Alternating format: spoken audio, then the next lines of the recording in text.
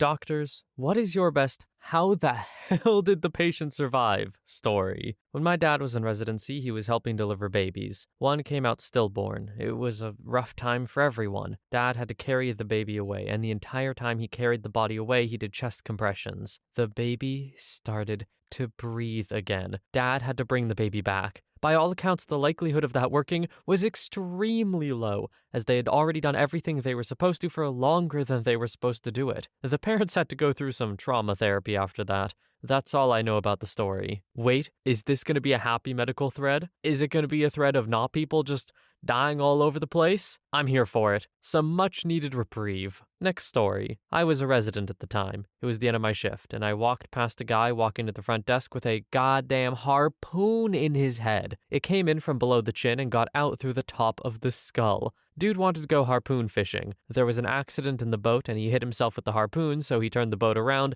sailed to shore, got into his car and drove to the nearest hospital where he parked, walked into reception. He was completely conscious and couldn't speak for obvious reasons, but he wrote down eloquently. I heard he was sent home the very next day with no complications. Next story. The story of Mary Vincent is insane. She was a teenager and hitchhiking on the west coast of the US, got picked up by a madman who assaulted her repeatedly over the course of a couple hours. Eventually, she fought back and grabbed onto his arms. When she wouldn't let go, he chopped her arms off with a hatchet and threw her body into a ravine. For hours, she climbed 30 feet up the side of the ravine, sans arms, and eventually made it to the side of the highway, naked, muddy, bloody, with still bleeding stumps where her arms would be. Apparently, she scared the first car off when they pulled over for her, but the second car brought her to the hospital after her 2-day-long nightmare. She's still alive like 20 years later and has 2 kids. She's a freaking badass. Next story. I had a dog brought in that had eaten a bunch of anticoagulant rat poison about a week prior. They didn't think anything of it at the time because the dog was, quote, fine immediately after. If a dog gets an anticoagulant poison and you catch it right away, you can decontaminate them, give vitamin K, and they'll usually be okay. By the time they decided their dog should see the vet, it was dripping blood from every orifice in shock and had a packed cell count of 6%. For some reason, they would let me hospitalize and start vitamin K, but they would not let me transfuse that dog. It was bleeding from its freaking tear ducts, too weak to lift its head. I was convinced it was going to bleed out in front of me if I couldn't buy it some time with some donor blood. That stubborn little pup pulled through and was going strong when I saw her a year later for her regular checkup. Next story. Our friend blacked out driving home. The last thing he remembers is pulling into the other lane to pass someone. The car flipped twice. They had to cut him out from the top. He was unresponsive and the EMTs were ready to call him DOA. He broke a vertebrae in his neck and shattered his hand. They were floored when they realized he was still alive. If it had been one vertebrae higher, he would have been paralyzed. As it was, he walked out of the hospital less than a week later. He had been wearing his seatbelt, which is literally the only reason he's alive today. Next story. Not a medical professional, but I used to hang around with one. They had a young woman brought in one night who had been stabbed 77 times and laid in a ditch for hours before someone saw her and called 911. She made a full recovery. My buddy was so shocked that she was alive and conscious that he called me from work to tell me about it. And then there was a guy who fell off the 3rd rung of a ladder, hit his head just right, and died instantly. Life is weird. Or, in this case, death is weird. Next story. Not my story, but my sister's. She had an infamous drug addict in her 50s admitted for endocarditis, heart infection. This patient had multiple previous admissions in the same hospital. During her stay, the patient went through withdrawal and had not 1, not 2, but 3 cases of torsade de pointe that needed defibrillation. Where most people don't survive one of these arrhythmias, this patient quickly recovered and was asking not a week later to be discharged because she was ready to party again. My story would have to be a drunk 20-something that came after being stabbed on the forehead. We worked him up in casualty and found a large amount of air that had been sucked in his skull from the open wound. Patient clearly needed neurosurgical intervention, but got impatient and decided to abscond. We searched for patient and tried contacting him, but couldn't find him. Patient returned a week later being brought in by his mother because he kept complaining of headaches. Be so real with me. How do I say that first thing? I said it French because it looks French-ish to me, but also, I don't really know French despite living in Canada. The middle school education did not stick, let me tell you. All I know is it's not pronounced Torsades des Points. Next story. A year ago, I was involved with treating a 65-year-old lady. Walking across the street to get lunch one day, she got hit by a semi-truck doing 45. Broke all the bones on the left side of her body, some of them in multiple places. She also had a Morel lavally, skin separates off the underlying tissue, that involved about 70% of her left leg, from hip to ankle, had a pelvic fracture that was open into her rectum with a large perennial wound. Took multiple surgeries over several weeks, but at her most recent follow-up, accident happened over a year ago, she was walking and basically back to normal. Next story. Not a doctor, but my father is. In his first rotation of residency, he had to assist in operating on an 8-year-old boy. Poor kid's dad was chopping wood and he got in the way of the swing. Axe was lodged deep in his skull when he came into the ER. According to my dad, the boy survived, but the way he describes the father's devastation at having brutally injured his own son really makes me understand why my dad was always so uptight about things like fire, knives, and of course axes when I was a kid. Next story. It was my first day rounding with the surgery team, and as we approached a patient's room, one of the surgeons turned to me and said, "Check this out. This man has had more than 70 abdominal surgeries." We walked into the room and the first thing I noticed was that it was really homey, which is unusual for a hospital. He had some aromatherapy going on, pictures taped to the wall, a guest cot was set up with several pillows from home, and a nice knit blanket in the corner. It was clear that he had been there a while. The patient was a somewhat overweight, probably obese, man who had indeed had more than 70 abdominal surgeries. Unfortunately, at some point the skin and fatty tissue on his abdomen had become infected and had been removed. The result was a square cut out of his belly from the nipple line to his belly button, extending across his entire stomach. It was perfectly square, with perfectly normal skin and fat around the cutout. And when he breathed, his abdominal muscles and intestines would sort of just come in and out of the abdominal cavity with each breath. He looked like something out of a zombie movie, but was apparently doing all right and living with it. He was attached to a machine called a wound vac that kept the wound clean and provided suction to remove any fluid, or in his case, feces,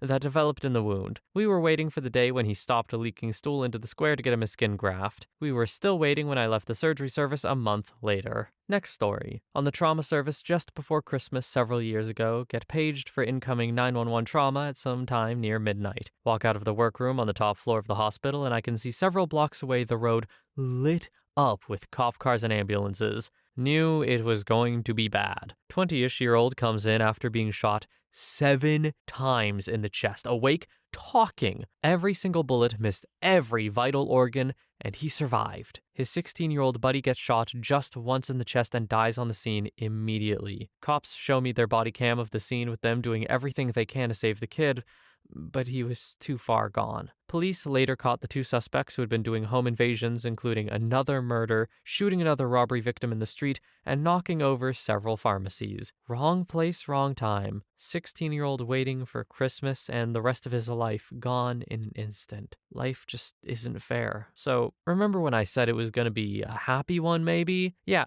Thanks for that. People in the medical profession are just such downers, dude. Fair, they see a lot. But yeesh. Next story. Nurse here. Man in his 50s has brain tumor. Has surgery to remove the tumor and hemicraniotomy to relieve intracranial pressure. Bone taken from the skull and left out. Man walks out of this and has a normal life. Man is walking around minding his own business. Building explodes. Shrapnel flies. Shrapnel hits man exactly where the burr hole was, travels through his brain and gets lodged behind his eye. Man still alive. It baffles me that of all the people who could have been hit by shrapnel, it happened to be a guy with a missing skull part, and it hit him exactly where it was missing. It baffles me even more that he survived all this. Next story. I had a friend who got 0.23-ish blood alcohol content drunk and stole his friend's car around 2 a.m. He went for a drive way out in the country and lost control while speeding, hit a tree, basically broke the car in half and rolled 5 times. He got ejected and ended up pinned under the car when it came to rest. He laid under the car for several hours until someone going to work early in the morning spotted him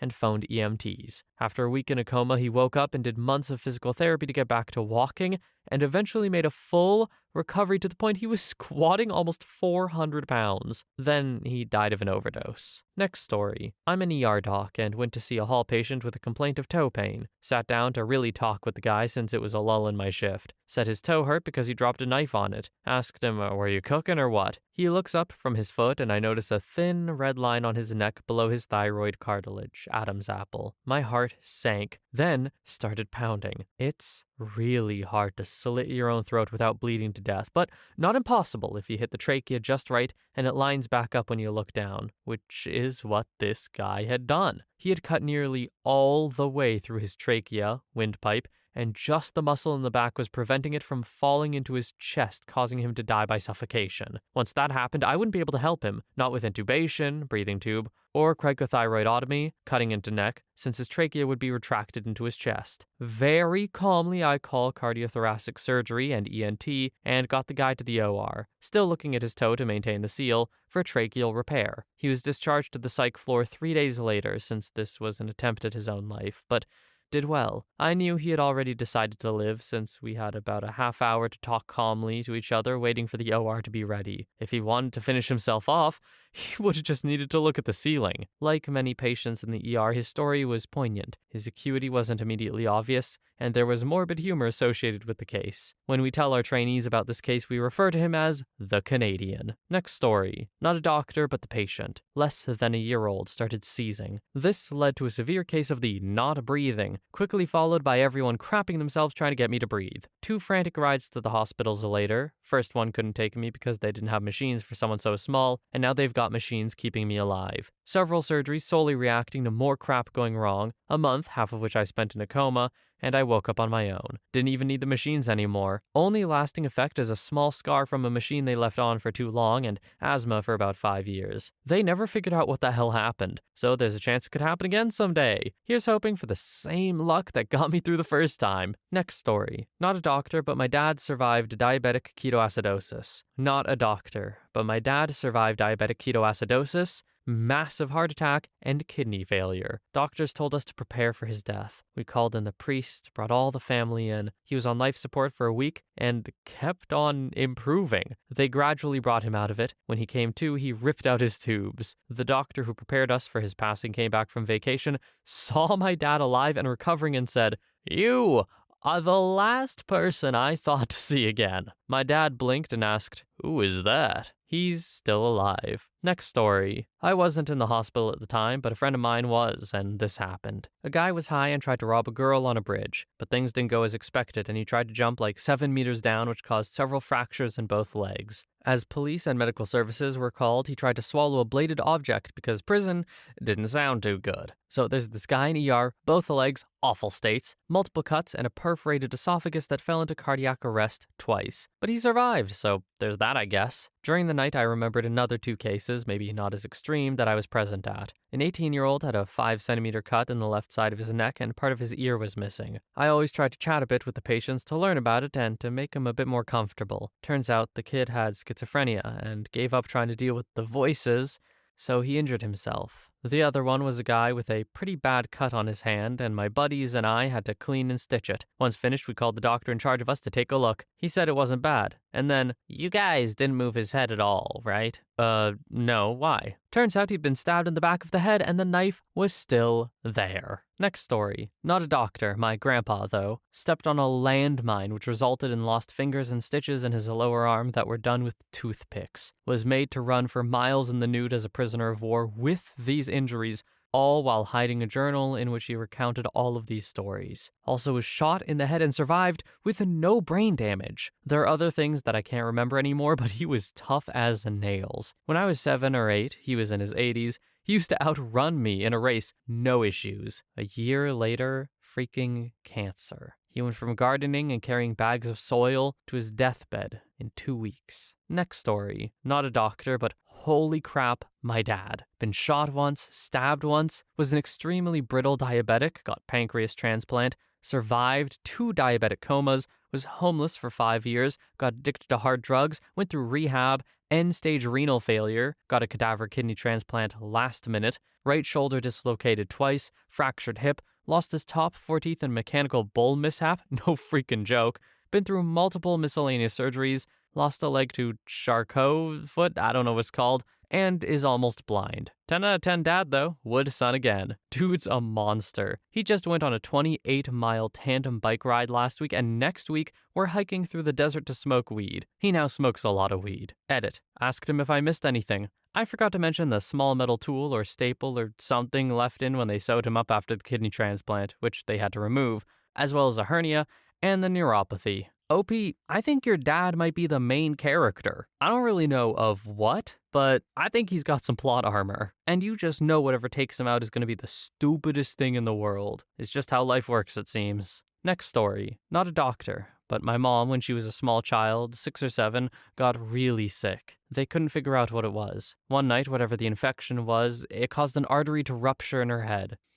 She started bleeding out through the ear while she was sleeping. In the morning, my grandma came in to wake her up, and the bed was soaked in blood. The pillow soaked. My mom's face and upper body covered in blood. My mom herself, white as a ghost. Grandma flipped her lid, thinking someone had slit my mom's throat during the night and that my mom was dead. She called 911. Cops arrived pretty quick, thinking they were responding to a murder. Then my mom sits up and asks, "What's going on?" Scared the crap out of everyone.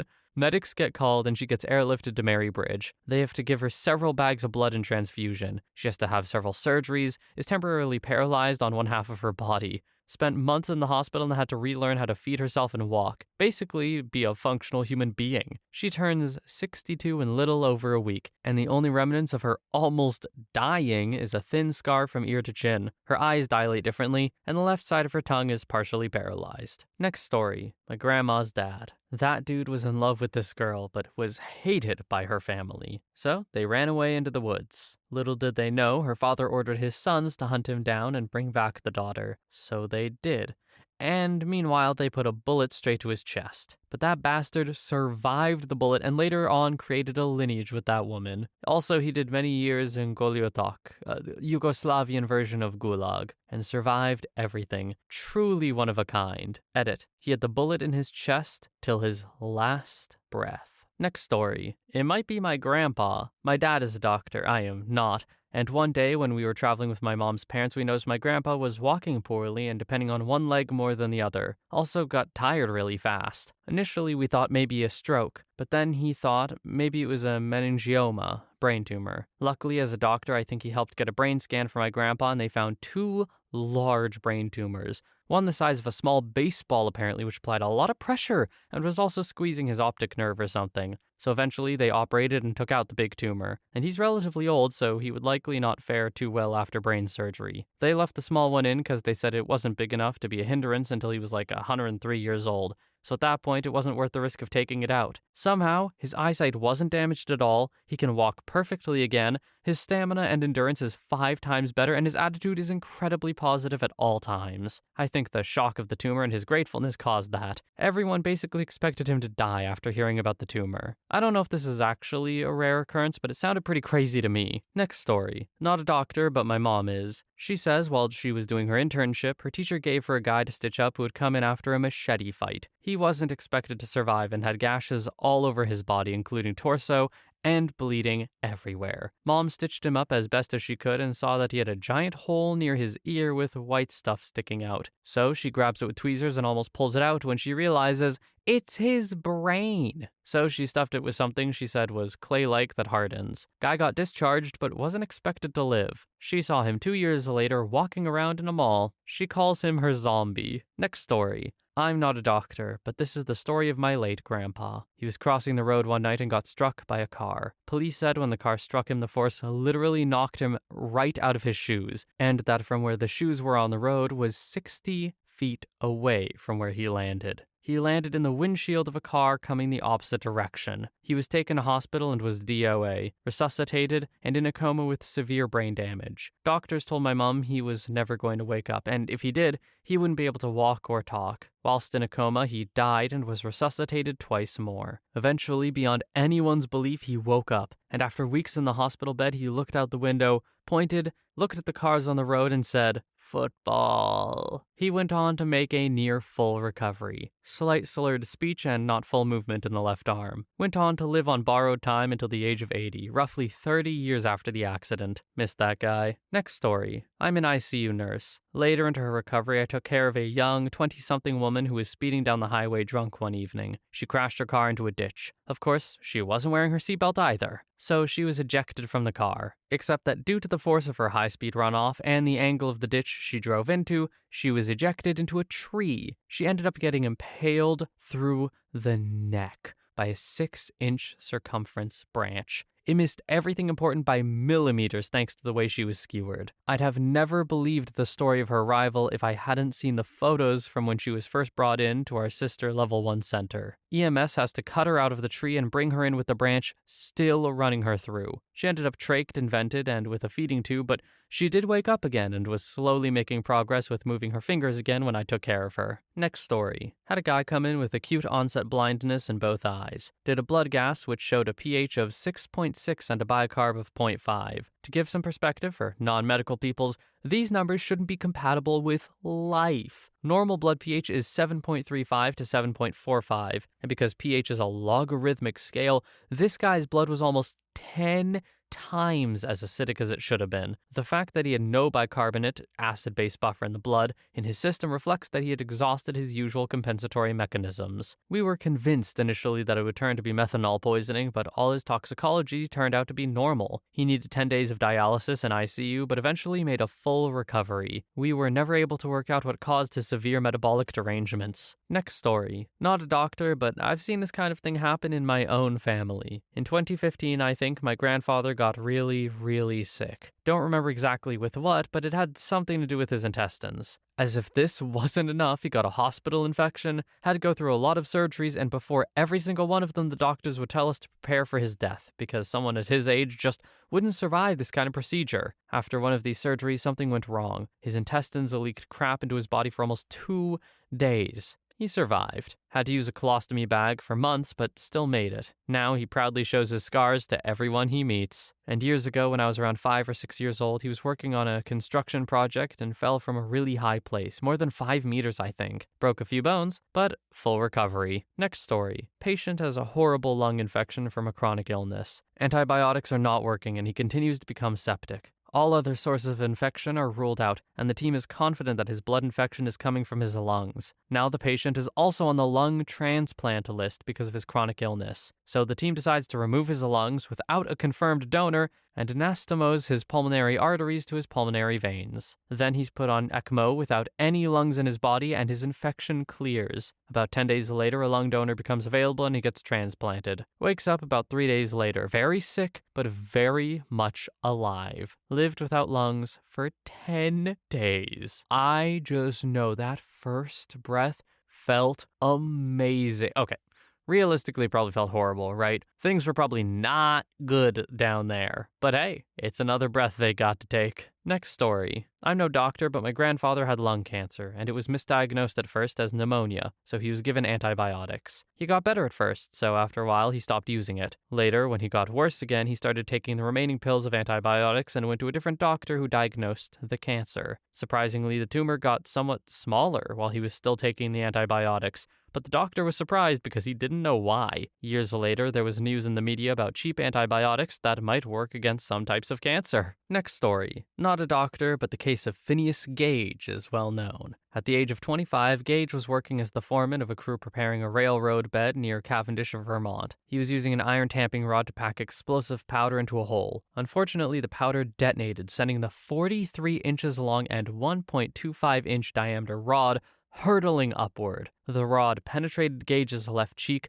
tore through his brain, and exited his skull before landing 80 feet away. He remained conscious, walked to an ox cart that took him to a hospital, and explained to the doctor what had happened to him without ever losing consciousness. The doctor didn't initially believe him. He lived another 13 years, was almost entirely fully functioning, and became a case study in the burgeoning field of neurology. Next story. 2 stories, one from my friend and one from myself. We're both doctors. 1. 16-year-old boy comes into ICU with severe head trauma after being assaulted by a gang of teenagers with baseball bats. On arrival, his left pupil is blown and they send him to the OR for an emergency craniotomy. Survives that, but a couple days later his right pupil blows and he needs a second craniotomy. Survives that too. A week later, both pupils are blown. 3 craniotomies later, he's circling the drain, but somehow manages to cling to life in the ICU on every single pressor and inotrope known to man. Ended up walking out of the hospital unaided on his own 2 feet a couple months later, albeit with some memory issues. 2. 50-something-year-old man out in the middle of freaking nowhere, Australia, doing gardening in his front yard when he experiences the worst headache of his life that came out of the blue, as he said. Now, any medical professional would immediately have alarm bells ringing. Aneurysm! However, this guy has a history of headaches, so he thinks nothing of it. Put some ice on it and went to sleep. Woke up a few hours later with the headache still there. Goes to the ER at the nearest country hospital, gets a CT scan. Sure enough, he had a burst aneurysm, a subarachnoid hemorrhage, and so he was transferred to a regional center. But they didn't have the equipment to treat him either.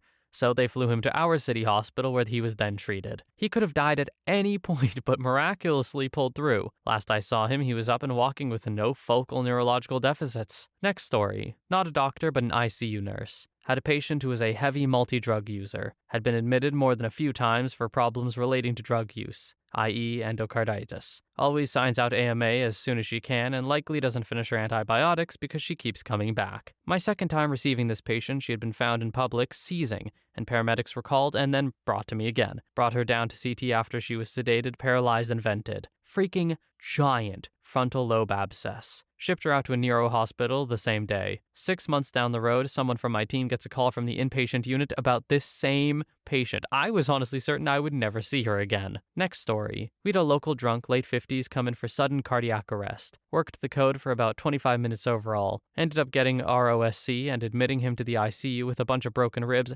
and a very poor prognosis. He gets discharged a week or so later and is in our ER again less than 12 hours later because he's too drunk to walk. This was about a year or so ago. Still see the dude all the time. He was always a jerk to the cops, but now as soon as he comes into our ER, he's the nicest guy in the world. Next story. Not a doctor. 911 dispatch. I sent an ambulance on a report of a man who had fallen 70 feet from a tree. Yeah, that's right. 70 feet. I expected them to call a doctor to pronounce the patient dead, then go back in service. Didn't happen. They transported lights and sirens to the hospital. Okay, I thought, maybe they'll pronounce there. Nope. The paramedic called me, laughing his butt off, and said, "Hospital got mad at me and told me to stop calling fake trauma alerts." Apparently, this patient was alert and oriented the whole time the paramedic was working on him, and his only complaint, besides, falling 70 feet and a momentary loss of consciousness, was a broken arm. The paramedic said that the initial radio traffic said that he was caught in the branches, which wasn't entirely untrue. He was on the ground, caught in the branches that he had knocked from the tree as he fell. Next story. Not a doctor, but I have a really badass German teacher in high school whose father survived something crazy. She grew up in a small village in Austria on the side of the Alps. From what she told us about it, it was basically something you'd think of on a postcard with a stereotypical farm town on it. Anyway, when I was in high school, she had to leave suddenly to go back to Austria because her father, who at the time was in his late 60s-ish, was cycling up the mountain trails like he did every day, and this time slid off the trail, or maybe there was a landslide, rolled down the side of the mountain until he was inevitably impaled by a tree limb. Since he was on the side of the mountain, he decided to suck it up, get back on his bike while impaled, cycle back to their village to be driven to the hospital. He supposedly had pretty serious surgery to fix it and was required a few weeks of bed rest, but what did he do? Get right back on his bicycle after a few days and go back to his morning routine. I gotta say, as a North American, Europeans seem to be built differently. I know there are plenty of stories of similar things happening here, but in my mind, it's just distinctly European, maybe particularly Eastern European, to be full-on impaled and be like, well, it's time to go to the hospital. Also, no clue what that accent was. It was so vaguely European that it just ended up being absolutely nothing. Next story. I had disseminated rhinocerebral mucormycosis in my right sinus. Got it 2 weeks into leukemia chemotherapy. They had to remove the infected tissue and planned to put me in a coma to recover. The day they took the eye out and sinuses, and basically my whole right eye cavity, the breathing tube they put in me wasn't set right. I woke up during surgery. They put me back under. Woke back up right after surgery. That's right, Woke up from chemically induced coma twice. Nurses and outpatient were AFK, but I was clapping and kicking and banging on my bed. Another person there woke up and called the nurses in. How they heard him say, nurse, I think he's trying to get your attention, and not a half hour or more of me kicking the wall, clapping and banging on the bed, is beyond me. They tried to put me back under, and I had to literally beg them not to. I used basic sign language, which they didn't know, to spell can't breathe. They got my family and finally understood. They said the breathing tube was set so low a newborn wouldn't have been able to make it. The surgery took all day, with a limited oxygen to my brain. I pulled my medical records and it wasn't reported anywhere. Freaking surprise. I swear the doctors tried to end me and make it look like an accident. Next story. Not a doctor, but there was a horrific case a couple of years ago where a woman was found on the side of the road in a ditch relatively remote location of New Zealand. She had been kidnapped, assaulted with a baseball bat, and tasered for a day. Thrown in the boot of a car in the early hours, driven to this remote location where they then bashed her head with a hammer to finish her off. The police couldn't identify her, except for a tattoo which they released to the media. The next morning when daylight broke, she was found. This was even more exceptional because she was found by foot traffic in an area where it is uncommon, and it was in winter, and she was fully exposed to the elements. She testified at the trial against the people who did this to her. Next story. Not a doctor, but my mother's one, and I got to see the CT scans of this sometime after. A dude had in his drunken state tried to take his own life with a nail gun one evening. In the morning, he walks into the ER like nothing happened and goes, "I've got a big nail in my head."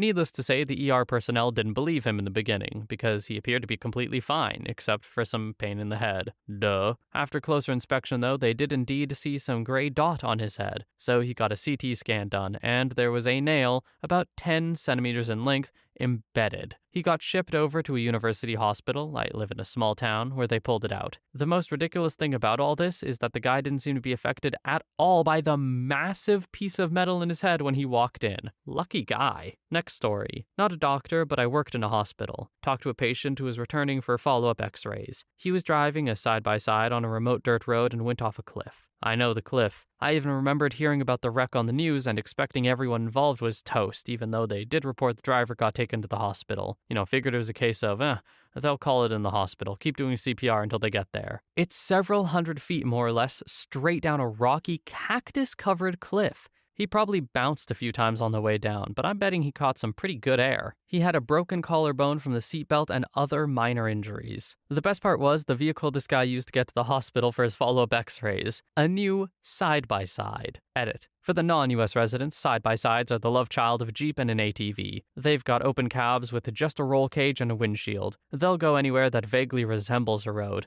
They carry 4 or 5 people and people wreck them all the time. Next story. ER nurse in a small city. Had a man come in completely conscious and alert a while back. He was skydiving, and when he deployed his parachute, he went off course because of the wind and ended up striking the wing of a parked plane, chest and face first. Came in with a large laceration to his chin, and that was his only complaint. X-ray found that he had a fractured hyoid bone, also known as a hangman's fracture. Intubated him because we couldn't guarantee his airway wouldn't swell. Transfer him to a trauma center where they CT him and notice his ascending aorta is dissecting, and he started bleeding en route. He's lucky to be alive. I later heard he made a full recovery.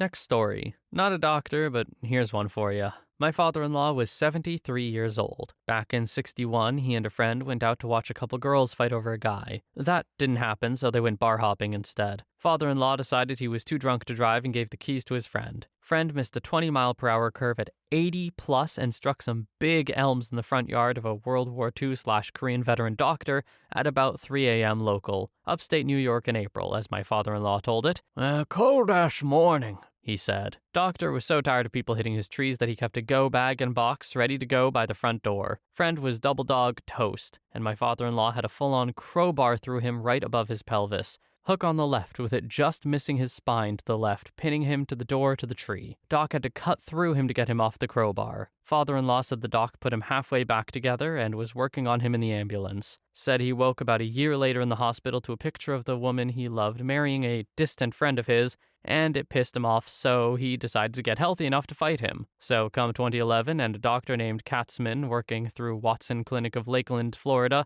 keeps asking my father-in-law for urine samples due to an itch in his urethra. urethra. Father-in-law hasn't had a urinary connection to his urethra for damn near 35 years. One kidney had to be put to a bag, and the other kidney went to beer, bruises, and infection. So for 30 years, any little old infection in his urethra/bladder wasn't ever washed clean. But his docs always gave him strong doses of antibiotics. He had the scars on his guts to show where all the work had been done. Looked like someone had decided to remake a loaf of bread from rolls about 8 minutes into baking it. Always walked funny, always had the colostomy and urostomy bags. We'd stop sometimes when out working and he'd grab his kit and go into the bushes. Sweat can cause them to unseal. So in 2010, he starts getting a persistent burn and keeps going to the Dr. Katzman of Watson Clinic in Lakeland, Florida, who keeps asking over and over again for a urine sample from a man who doesn't pee. Turns out when I insisted father-in-law get a second opinion from someone competent, the damage was already done. He had no feeling in the old wound area, but his cyst of a bladder was already swelling and tearing open.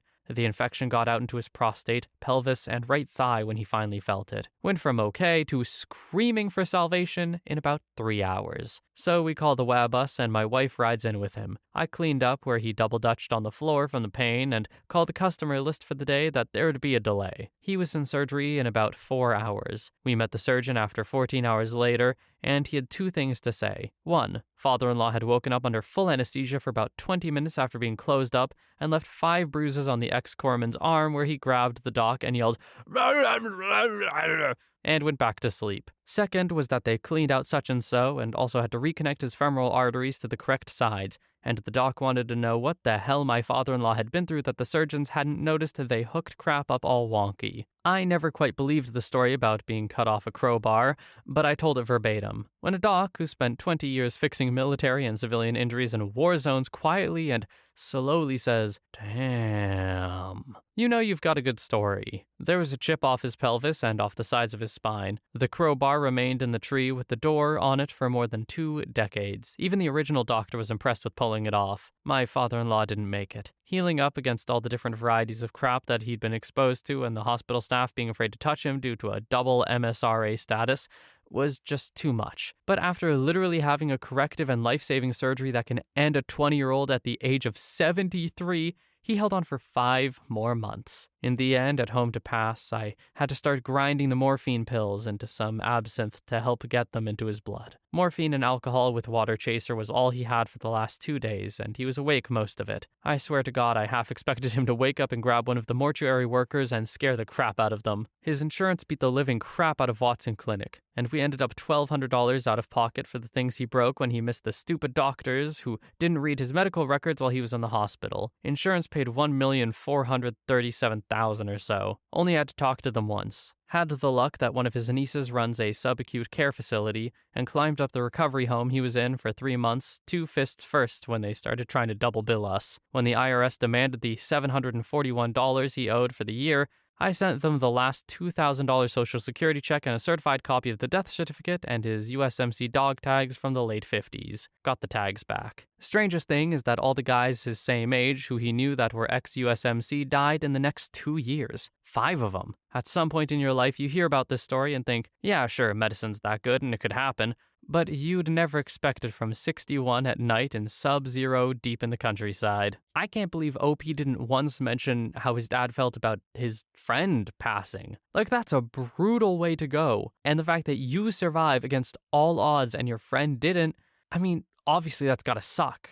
But it would make you into one resilient son of a gun, wouldn't it? Rest in peace, OP's dad. Next story. Father-in-law had a massive heart attack and was put on life support. A week and a half later, in intensive care yielded no results, and the cardiologist informed my wife and her mom that he wouldn't survive being taken off life support, and that they should talk about pulling the plug. So they decide to go ahead and do it. Doctor takes him off the machines and says he has about 5 to 10 minutes before being pronounced dead. An hour goes by, and the heart keeps beating. The cardiologist is freaking out but says, it's still gonna happen. Father-in-law suddenly opens his eyes and says, "Oh, why is everyone crying? Why is the priest here?" The SOB lived another 2 years with a 90% blockage in both arteries, never kept his blood sugar under control despite being diabetic because, what do doctors know? And survived 3 prior heart attacks and 4 strokes up until then. He died of lung cancer because the man smoked 3 packs a day. Next story. Second time watching surgery as a clinical student. First trauma surgery I saw. Cyclist had been hit by a garbage truck. I went in there after being warned by one of the surgeons it was not good. 3 trauma teams working on the same guy. There was an arm on the counter near the equipment whiteboard for counting and making sure nothing gets left in the patient. The theater next to that one had a plastics team working on a leg to get some usable skin and nerves to graft to the still attached and hopefully still able to save arm, not the one on the counter. Guy lost a leg at the scene. The arm was hanging off when he arrived, and the next day he had to get arm number 2 off because infection. No head injuries or chest injuries. He survived because it happened about 5 minutes from the hospital. 20 hours of surgery. Next story. A friend of mine was an ER doc. Had a patient come in with a kitchen knife lodged in his face, entered below the eye next to his nose, and the tip was sticking out the roof of his mouth. The guy who stabbed him brought him in. They were drunk as and apologizing to each other the whole time. Somehow, the knife managed to miss almost every important nerve, tendon, and blood vessel. The patient had some severed nerves and difficult to repair tendon damage to the side of his face, but it only really affected his one cheek, and in a way that wasn't hugely noticeable. Next story. Not doctor, but a patient that had a what the F. I got food poisoning on my birthday. Started vomiting 2 hours after eating and continued for just over 2 days. On the second day, this black stuff that I could tell was blood, so I called an ambulance. I crawled down the stairs and waited. Since I made it down to the street, the medics would not help me in. I had to crawl up into the ambulance. At the ER, they had to do a bunch of tests and hook up a portable EKG. My heart was going wild, so they got me ready to go to a trauma hospital that would be better able to handle what was going on. My chest was hurting. My whole body was hurting. I blacked out about the time the EKG made a bunch of sounds. I wake up a couple days later. Doctors open my abdominal cavity and find my stomach had exploded. My vomiting had pushed it above my diaphragm. It got twisted and exploded on cardiac sac. That looked like a heart attack to the EMTs, and that was why they took me to the bigger hospital 30 miles away. The hospital was treating me as a simple drug OD, and even told my friends that's what happened to me when they tried to find me. If they'd continued, then I wouldn't have lived. Oh, the trauma doctor had to vacuum out my abdomen and then had to completely rehydrate me. Unfortunately, some of those fluids filled my lungs and they were draining my lungs for a week. I was in ICU for a couple of weeks and ended up having to relearn how to walk. It caused a TIA that has messed up my balance for the rest of my life. Next story. I was working in a rural clinic when a man in his 50s came in. He was a previously fit farmer complaining of intense abdominal pain that worsened every time he ate. He was also saying he would get similarly intense back pain every time he walked and had to sit down or he would fall. I organized the CT of his abdomen. Had a clot in his aorta that completely occluded the vessel. He had enough collaterals that he could perfuse his legs and gut, but the smallest increase caused ischemia and pain. He got an emergency trip in the plane to the Big Smoke. No evidence of aneurysm or dissection. No evidence of primary clotting diseases. Go figure. Next story. My relative is a drug addict who weighs less than 70 pounds, has had numerous strokes, heart operating at 30%, TSH, thyroid, level of 125, 0 to 4 is normal, and was last admitted with a body temp of 72 Fahrenheit. I didn't even know this was possible, but has been discharged yet again. It's a real shame because I enjoyed spending time with her when I was younger. She was hilarious and a good person, albeit had issues even then with alcohol. Unfortunately, drugs have changed that, and I haven't seen her in a decade. Still wish her the best, though. Next story. Obligatory, not a medical professional, but here's my story as recounted to me by my mom. So I was about 3 months old when my mom realized I was lethargic, had a fever, and had a strange pinprick rash on my body. She took me to the hospital where they did a spinal tap, and figured that I had a mutation in meningococcal meningitis, which, in layman's terms, means it swells your brain and lays waste to your body's white blood count until you die, usually in around 24 hours. So I stayed in the hospital for a week and they sent me home with antibiotics and such. Well, after about a week at home, I plummeted fast, and my mom rushed me to the hospital. They did another spinal tap and they go,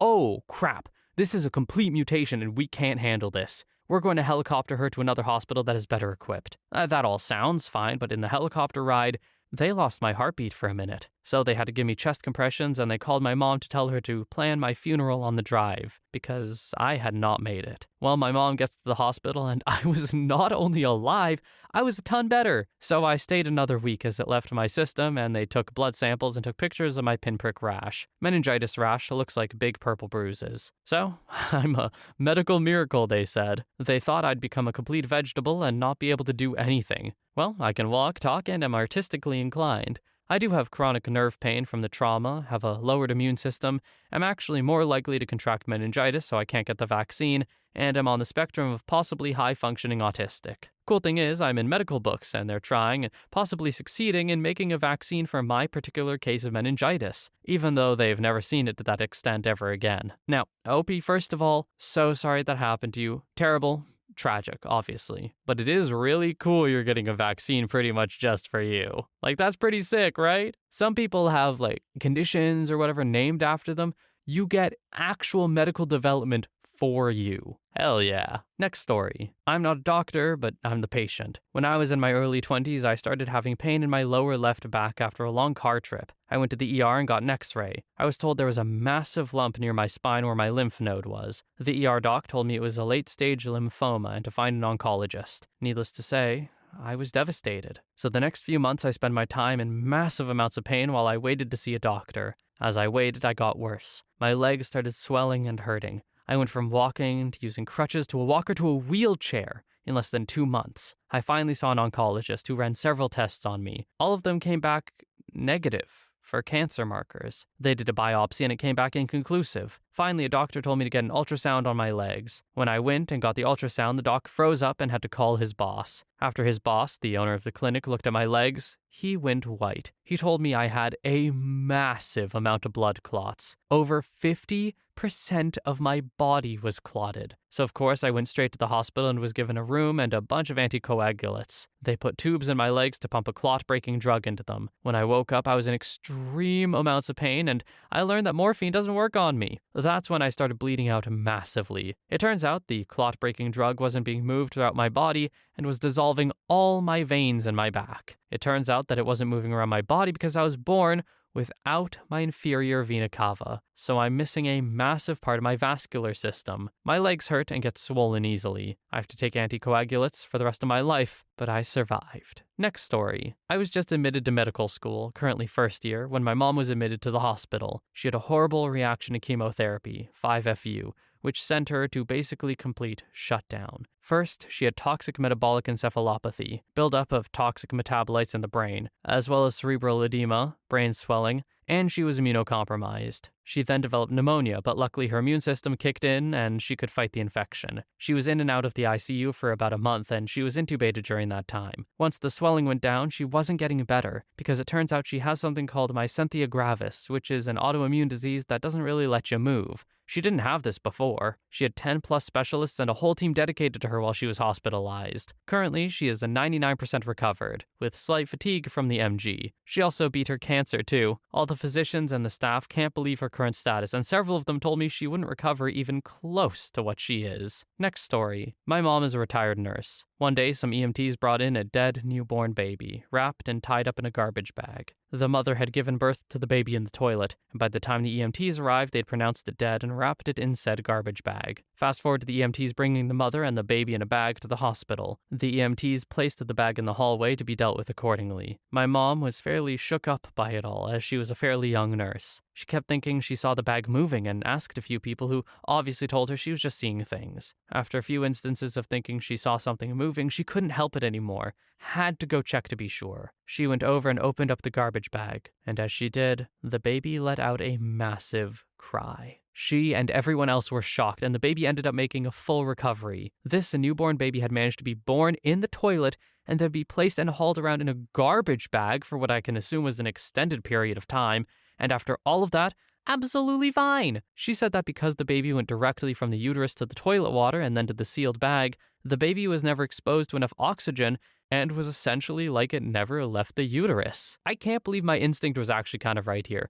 In my head, I'm like, well, in the bag, if the baby cried right after it opened, was it like it was still in the sack somehow? Like, I don't know how that would work, but And apparently, kind of yes? That's so crazy. Like, actually insane. I wonder if that baby will ever even be told this story. Also, just a horrifically tragic situation that the mother felt the need to give birth in the toilet and just get rid of the baby. That's awful. I hope both the mother and the baby are doing much better now. Next story. Not a doctor. However, I have two stories. The first one is my dad. He was a really unfortunate but also fortunate guy. He once was in a motocross trail with his buddy. He missed a turn and fell straight into a 5-meter tall ditch, cracked his helmet and broke both arms. He didn't notice his arms were broken until he went back with his friend and couldn't lift a cup up. He once was driving late at night, and as he was making a turn, he had a sudden heart attack. The force of the collision was enough to get his heart beating for just enough time for the ambulance to rescue him. He also broke his kneecaps, his clavicle, and some things I don't recall. During the emergency surgery at the ER, he had 3 heart attacks and survived. He was a survivor. He died of pancreatic cancer a few years ago, thankfully in his sleep. The other story is from myself. I guess I inherited my father's surviving force. In May of 2018, I started having trouble breathing and eating. Went to the doctor, prescribed me with antibiotics.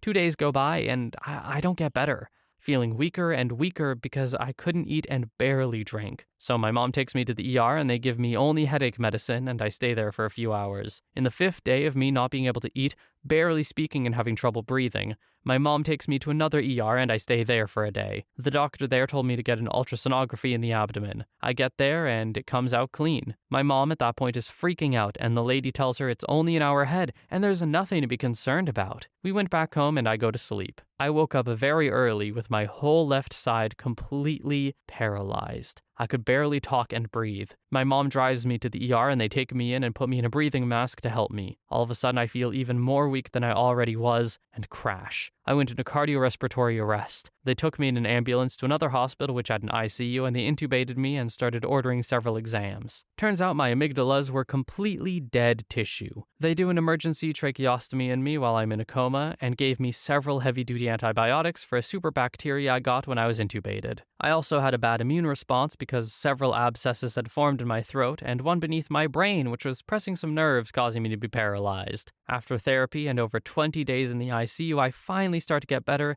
and move into a room so I can fully recover. I'm now fully alive without any major issues that remained. I only carry a big scar on my neck and I proudly show it to anyone who asks me. I survived something that most doctors said I wouldn't. Me and my dad were survivors. Sadly, he didn't make it through the second cancer he had. Next story. We have a patient at work who has very poorly controlled diabetes, among various other lifestyle-related conditions. Left leg was amputated below the knee years ago. The right was taken from above the hip, like in her abdomen because the necrosis had spread so far. The fact that she survived that surgery and actually healed from it was pretty amazing. She's still incredibly obese and has constant pressure sores that are always infected. The major amputation was 2 years ago and I'm surprised she's still alive, to be honest. Not a doctor, by the way, I work in nursing. Next story. Not a doctor, but my aunt is a damn cockroach. She was an H user for a decade, living in San Francisco in the 70s, became an alcoholic once she kicked the drug, she's now 14 years sober, has been a smoker since she was 12, 66 now, beat hepatitis C last year after getting it in the 80s, has been in hospice twice and walked out both times, and is living comfortably with 4th stage liver cancer. She takes nothing for her pain besides some medicinal marijuana since her liver is practically gone. I hope I share her survival genes. Next story. The story about me and when my doctor gave me a 0% chance of surviving. I was feeling really lethargic and my hair was coming out when I ran my fingers through it. I finally gave in and went to the hospital when I saw my head had only patches of hair left. After a few tests, I was waiting in the treatment room for them to take out my IV, so after an hour of asking when I could go and being told shortly, I pulled out the IV and blood spurted all over the walls, so I crept through emergency room to a bathroom, cleaned up and walked home about a mile. When I got home, my brother told me the hospital was very panicked about my disappearance and demanded my return. I was brought into an office and told I had full-blown AIDS, 2nd stage syphilis, anemia, thrush, the skin on my hands and feet died. My doctor, who was tops in his field, told me I was so far progressed that I needed to make out my will, find some sort of spirituality, and say goodbye to my loved ones. He offered me a prescription of 20 Valium to be taken all at once and I would go to sleep and not wake. I decided to live. I had what was supposed to be my last birthday party with all my friends and family. I looked like an alien with no hair on my body at all, including my ears. I could hear them talking about me in the next room, how I didn't look recognizable and my time was short. My dad, upon finding out, said he wouldn't spend a cent to help me, and the doctor recommended I be put in hospice. Next story. Not a doctor, but my dad just 4 weeks ago. He's a 58-year-old windsurfer slash kiteboarder. Dude is ripped more than most 20-something guys I know, and always has been. Mid-December, he goes for a kiting session. We live in Florida, and a gust of wind came. However, it twisted the strings of the kite, and my dad lost control. Meanwhile, he was still connected to it by a harness. The kite took my dad up about 40 feet, slammed him back down on the beach, and dragged him through the brush between the beach and the street. That's where my dad tried to hold onto a tree to stop himself and ripped his bicep clear off the bone as the kite continued to drag him. His face made contact with a concrete block, shattering his nose, brow, and orbital bones before being pulled back up and hit a bike sign on the street, breaking 3 ribs, and pulled back down onto the sidewalk where he had seconds to get disconnected from his harness. He was completely conscious for the whole event. If it wasn't for his healthy body condition and his freakishly dense bones, I don't know how he would have survived this. This sounds horrifically traumatizing. It also sounds like the most Looney Tunes injury we've had in this thread. Like, this is definitely just a sequence in some animation somewhere, no? Getting pulled by a kite, hitting signs, rocks, trees, whatever. Just with a lot more bodily harm. Next story. Obligatory, not a doctor, but my father was diagnosed with pancreatic cancer back in '06. He complained to the VA that he was sick for months and they did nothing. Both my mother and sister are nurses, and one day Dad shows up looking like Pac-Man. Severe jaundice. They rushed him to Mass General and he was finally diagnosed with pancreatic cancer. They offered him a Whipple operation that would give him 6 months. He says before the Whipple he had been technically dead a few times, and they were concerned that he wouldn't be able to handle the Whipple. He wanted it done, and he was determined to see my nephew grow up. 13 years later, he's still hiking, kayaking, and going strong. My nephew is happy to have a grandfather, and I'm happy he's still around. His surgeons still don't understand how he's going. One of them gave the metaphor of him starting a race in 2006 with tens of thousands of people, and he's the only one still going. Here's to you, Dad. Next story. We had a patient with schizophrenia come in one night with a Marine K-bar knife buried to the hilt, and with the handle sticking out of his left chest. He was a very sweet and gentle man, but the devil had been telling him to stab his heart, and one night he did. He went just a little bit high, and the blade slipped perfectly between the large blood vessels coming out the top of his heart. 1,000,000 to 1 shot. After much discussion, x-rays, and more discussion, some brave soul, wasn't me, grabbed the knife by the handle and pulled it out. The patient apologized profusely throughout the ordeal for getting us all up in the middle of the night, and how he wished he hadn't listened to the devil. He got his cut stitched up, some antibiotics, and no idea what happened to him after that. I was on a critical care rotation. Next story. Not a doctor, but something my friend from a while ago told me. Her brother had been out with the boys and decided to take an imperial crap ton of drugs. Once the night had chilled out and everyone started going home, he decided the safest mode of transport was the YY Express, walking. So he stumbled down the road and wanders into the path of an oncoming vehicle and was struck somewhere between 70 and 80 kilometers an hour. He somehow survived the initial impact, along with being launched up in the air and coming back down 10 feet away. The paramedics chalked it up to the amount of drugs in his system, since he was so screwed up on everything in his body.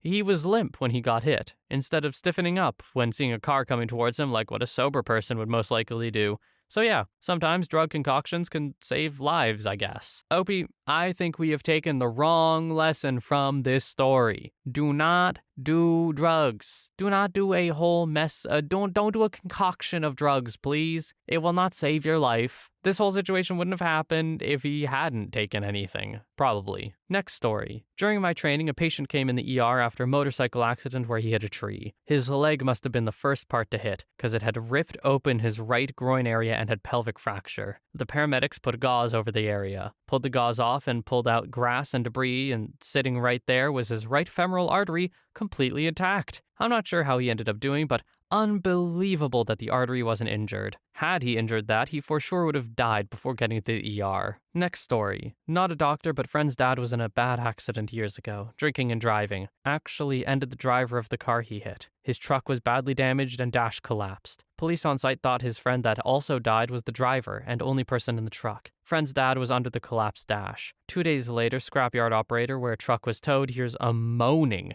goes to investigate and realizes friend's dad is alive and hidden under the dash. He's extracted, lives, and subsequently charged with drinking and driving causing death. Sad, but incredible story. Next story. Not a doctor. I was 17 in the U.S. Army at Fort Knox, Kentucky, early 70s. I have a car. 2 older guys don't. We have a few dollars, and after the first 6-pack, we go off post because one of the older guys has an ID. He goes in the liquor store and comes out with a package. He and I go out back of the liquor store to give back the rented beer. While we're standing there relieving ourselves, he explains that he spent our last several $100s to buy a drink that would last the rest of the night for all 3 of us. I was 17 and clueless. We return to the car, and the guy in the back seat holds up a fifth of grain alcohol with 1/3 gone and says, "No need to mix mine. I drank mine straight." Older guy freaks out, starts screaming at him and yelling for me to head back to base to the hospital. I head back toward the base, assuming he's overreacting, and we're going back to the barracks to drink some more. Almost immediately, guy in the back seat starts acting very drunk and turns from red-faced to a blue color. Front seat guy gets in the back and tries to make him throw up, screaming at me to drive faster. We get to the ER, and the moment after they take him in, they bring everyone else out. 45 minutes later, the doctor comes out and tells us he died twice and is on a ventilator and might not make it. The guy lived and was discharged from the Army the same week. Me, I was promoted later that week. As the post-Vietnam vets used to say, screw up and move up. But I never drank grain alcohol again after that. Next story. Not a doctor, but I was the patient. Okay, so you know how cats are, kittens in particular, when they get up a tree. So there's this little scrap of a thing, scared witless, about 16, maybe 18 feet straight up. So I get the ladder and go up after it because, hey, I'm 16, I've got this. I did not have this. The kitten swiped at me, I jerked back and overbalanced and fell almost 20 feet onto the edge of the patio, which had this inch-wide, 6-inch-high wall or curb all the way around it. I landed with my lower back right across that damn curb, and then the freaking kitten used me as a landing pad and ran off. So for 3 days I'm walking around with a sore back, but I figure it's bruised. Of course it's gonna hurt. It's only when I mentioned the fact that my feet tingled that my mom decided I should go to the ER. Yeah, first time I knew something was up was when the guy came in with the x-rays and told me not to move. I'd broken my last 3 lumbar vertebrae, so basically, one wrong move and I'd fold in half the wrong way. I spent 6 weeks plastered from hips to ribs, but otherwise, I'm good. Hell if I know why I survived. OP, you survived because you're pure of heart and it happened helping a kitten. That's what I'm going to choose to believe. It is funny to think of you having 3 broken vertebrae and the kitten uses you as a landing pad, though. Truly just a perfect encapsulation of cats not giving a crap. Anyway, that's the last story for today. I'd like to thank you all so much for watching. I hope you have a wonderful day or night wherever you are, and I will see you in the next one. P.S. Undersparked is back, baby! I know I'm late to the party because this was recorded after a bunch of stuff was probably posted. Anyway, we're back. We're remonetized. Life is good for now. Fingers crossed. Also knocking on wood, because if I jinxed it, I would feel pretty bad.